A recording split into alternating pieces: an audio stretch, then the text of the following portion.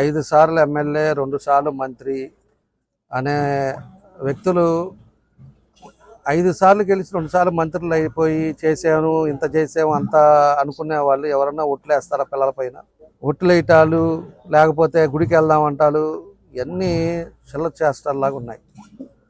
ఉతికం అంటే నేను ఏం చెప్పాను మొన్న ఆయన మాట్లాడిన దాని మీద మేము క్లారిటీగా ఇచ్చాను.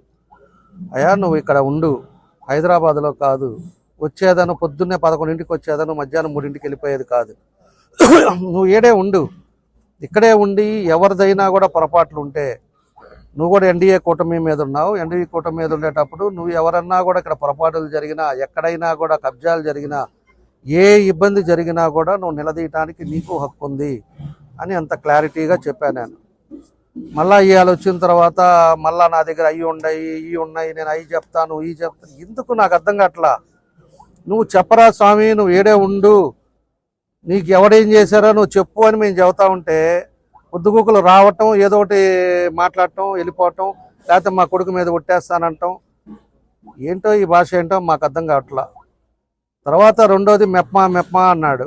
మెప్మాది కూడా నేను క్లియర్గా చెప్పాం.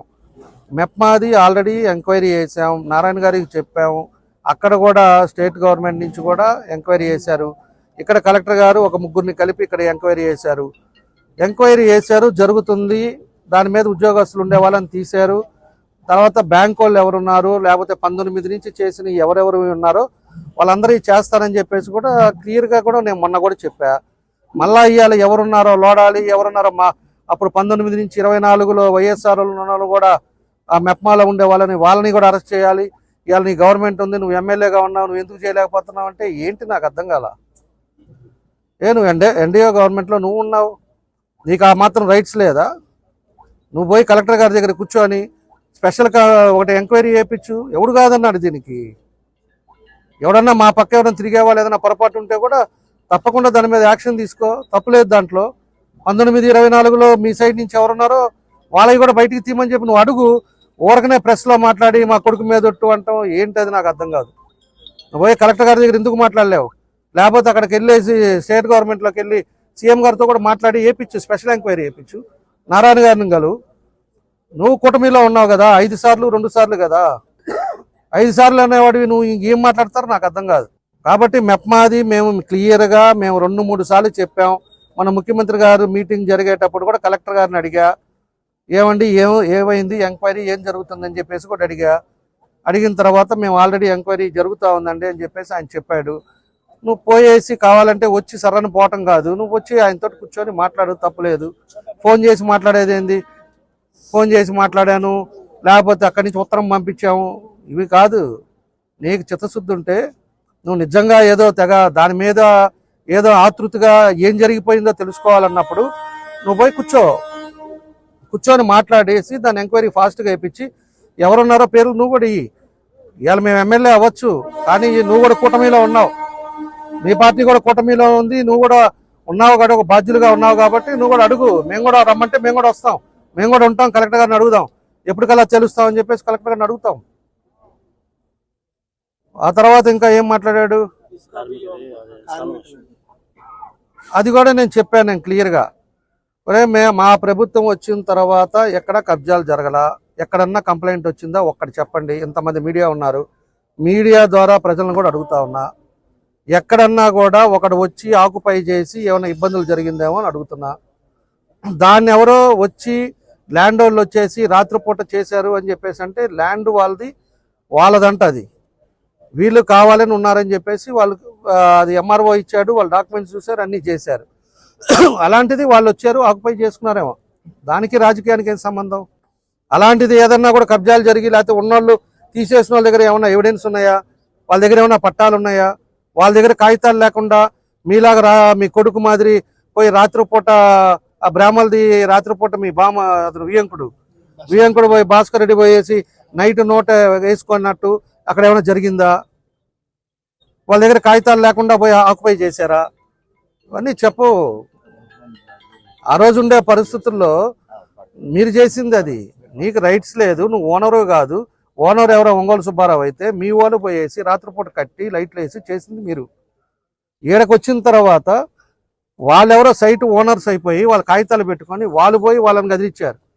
దానికేనో రాజకీయాలకేం సంబంధం, దానికి ఎమ్మెల్యేకేం సంబంధం, దానికి ఇక్కడ ఉండే పార్టీ వాళ్ళకేం సంబంధం?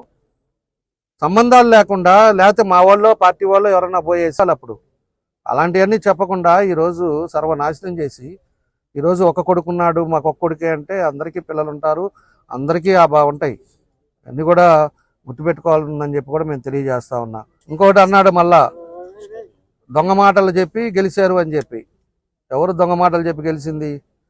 నువ్వు మాట్లాడింది, నువ్వు చేసే యాక్టివిటీని మేము ప్రజల్లోకి తీసుకెళ్ళాము. నువ్వు దొంగ పనులు చేస్తా పోయి జగన్మోహన్ రెడ్డి దగ్గరికి పోయేసి డబ్బులు 200 కోట్లు తీసుకొచ్చి 400 ఎకరాలు ఆ రోజు ఎక్వైర్ చేసి ఒక్కడ కన్నా కూడా పట్టాలు కరెక్ట్గా ఇచ్చావా? మేము పట్టాలు ఇచ్చేటప్పుడు కూడా చెప్పాం, ఈ దొంగ పట్టాలు, ఫేక్ పట్టాలు నమ్మగాకండి అని ప్రజలకు తీసుకెళ్ళాం. ఈరోజు దాని గవర్నమెంట్ వచ్చిన తర్వాత దాన్ని క్రాస్ చెక్ చేసి ఎంక్వైరీ చేస్తే 13,000 పట్టాలు ఫేక్ పట్టాలు. వాళ్ళు ఎవరో ఎక్కడున్నారో తెలియదు, వాళ్ళు ఇష్టం వచ్చినట్టు పట్టాలు ఇచ్చేసి, ఇందాక ఇప్పుడు ఆర్డీఓ గారు కూడా వచ్చారు, దానికి ఒక ఎంక్వైరీ చేసి దాన్ని మళ్ళీ సీసీఎల్కి పంపించి సీసీఎల్ కూడా క్యాన్సిల్ చేయమని చెప్పి ఇవాళ చెప్పారు. ఎందుకంటే నువ్వు ఆ రోజు పట్టాలు ఇచ్చేసి పట్టాల చేత ఓట్లు వస్తాయని చెప్పేసి నువ్వు దొంగ పనులు చేస్తావు. ఇచ్చేవాడివి 5 సంవత్సరాల దాకా ఏం నిద్రపోయావా? 5 సంవత్సరాల నుంచి ఏం చేసినట్టు నువ్వు? నిజంగా ఇవ్వాలి, పేదవాళ్ళకి ఇవ్వాలి అన్నప్పుడు ఈ ప్రాసెస్ అంతా 2 సంవత్సరాల ముందే మొదలుపెట్టి జెన్యూన్గా ఉండే వాళ్ళకి నువ్వు చేసి ఇవ్వాలి. లాస్ట్ ఇంకా ఒక నెలలో నోటిఫికేషన్ వస్తున్నప్పుడు నువ్వు అడాబడగా పట్టాలు ఇచ్చేసి ఇలా రెవెన్యూ వాళ్ళందరినీ పరిగెత్తిచ్చేసి నీ ఇష్టారాజ్యంగా చేసి ఈరోజు ఒక్క పట్టాలు లేవు. దాంట్లో ఇంకొక 60 ఎకరాలు అసలు రిజిస్ట్రేషన్ కాకుండానే అక్కడ కూడా పట్టాలు ఇచ్చేసావు. 450 ఎకరాలకి ఎక్విజేషన్ చేస్తే 500 ఎకరాలకి పట్టాలు ఇచ్చావు. వచ్చి చూసుకో, అసలు నీకు ఎన్ని ఇచ్చారో ఏం చేశారో నీకు తెలిస్తే కాదు. ఇష్టం వచ్చినట్టు రాసి ఆందోళన చేసింది నువ్వు చేసింది. నువ్వు మోసాలు చేసి అబద్ధాలు, పచ్చి అబద్ధాలు ఆడతా ఇవాళ పక్కన వాళ్ళందరిని వాళ్ళు అబద్ధాలు ఆడుతున్నారు, నేను అట్టా చూస్తున్నాను, మాకు ఒక్క కొడుకు, మా కొడుకు మీద ఉట్టేస్తా. పిచ్చి భాష మానుకో, పిచ్చి పద్ధతులు మానుకోవాలని చెప్పి కూడా నేను హితవు చేస్తున్నా. నేను మళ్ళా కూడా చెప్తున్నా, హైదరాబాద్ ఉండగాక హైదరాబాద్ నుంచి రా, ఇక్కడే ఉండి ఏది ఉన్నా కూడా మేము చేసే కార్యక్రమాల్లో ఏదన్నా పొరపాట్లు ఉంటే కూడా నువ్వు చూపించు.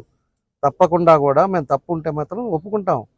తప్పు లేకుండా నువ్వు చేసిన తప్పులు, నువ్వు చేసిన పనులన్నీ కూడా ఎదుటోళ్ళ మీద రుద్ది కావాలని చెప్పేసి ప్రజల్ని ఏదో విధంగా 4 సార్లు చెప్తే అది నిజాలవుద్దని చెప్పి ఆలోచించడం తప్పని చెప్పి కూడా నేను తెలియజేస్తున్నా. కానీ ఇక్కడ ఉండే ప్రజలు, ఒంగోలు ప్రజలకు తెలుసు, జిల్లా ప్రజలకు తెలుసు, ఈరోజు నీ యాక్టివిటీ ఏంది, నీ భాష ఏంటో, నువ్వు ఏ పరిస్థితుల్లో మాట్లాడుతున్నావు అనేది ఈరోజు ఉండే అందరికీ తెలుసు అని చెప్పి కూడా ఈ సందర్భంగా నేను తెలియజేస్తున్నాను.